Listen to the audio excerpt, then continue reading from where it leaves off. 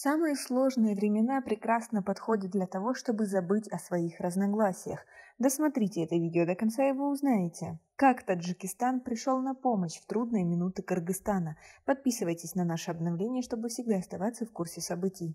Кыргызстан на фоне низкого уровня воды в Токтагульском водохранилище начал импортировать электроэнергию из соседнего Таджикистана. Таджикистан сократил экспорт электроэнергии в Афганистан и Узбекистан и начал его продажу в Кыргызстан. Об этом сообщает информационное агентство Авеста со ссылкой на энергетический сектор страны. Первый заместитель главы Кабмина Кыргызстана Азиз Алиев. Таджикские коллеги обратились к нам и предложили свою электроэнергию.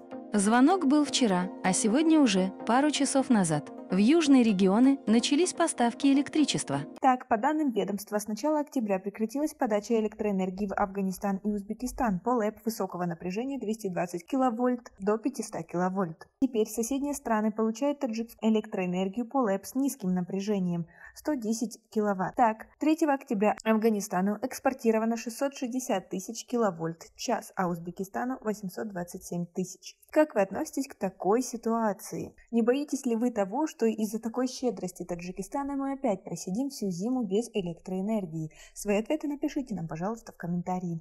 Напомним, ранее сообщалось, что в Узбекистан в весенне-летний период будет экспортировано порядка 1,5 миллиарда киловольт-часов электричества. Аналогичный объем планировалось подавать и в Афганистан.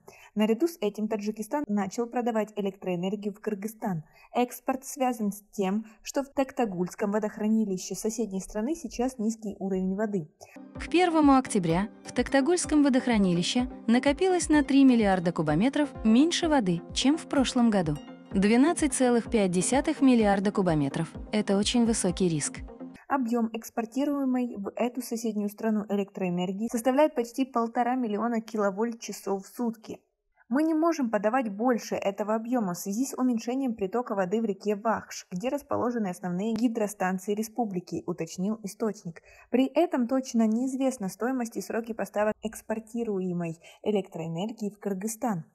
Как вы относитесь к тому, что Таджикистан в трудные минуты всегда приходит на помощь кыргызам? И к тому, что стало известно, что Афганистан задолжал огромную сумму странам, которые поставляют им электроэнергию. Теперь Талибан просит Европейский Союз и ведущие страны мира заплатить этот долг, иначе им придется давить на людей. Но при этом страны, которые помогали Афганистану, сейчас лишились этих денег. Как вам такая ситуация с электроэнергией? Ведь она для нас как никогда остра, ведь скоро холода. А обычно в такое время начинают отключать электричество. Свои мнения напишите нам, пожалуйста, в комментарии. У нас пока на этом все. Оцените наше видео подпиской и лайком. До скорой встречи.